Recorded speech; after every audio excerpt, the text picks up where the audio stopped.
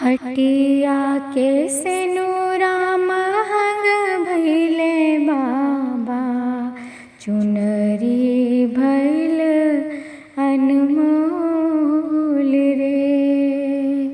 हटिया के सेनुरा महंग भइले बाबा, चुनरी भइल अनमोल रे।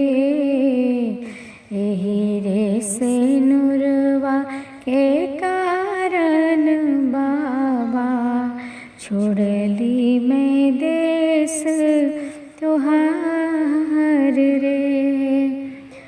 बाबा जे देव नन धन सुनवा, माया जे लहरा पटोर रे।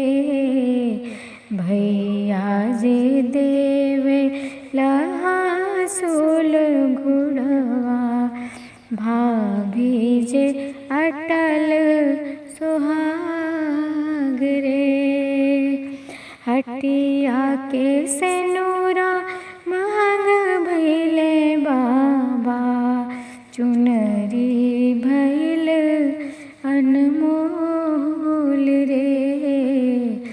एही रे सेनुरवा के कारण बाबा, छोड़ली मैं देश तुहार रे। बाबा के सुनावा तो 100 दिन चली हैं, फटी जी हैं लहरा पटोल रे।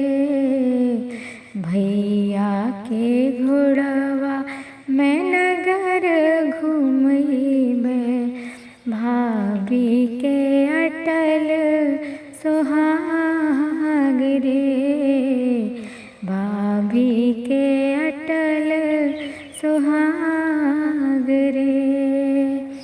हटिया के सेनुरा महंग भइले बाबा, चुनरी भइल अनमोल रे।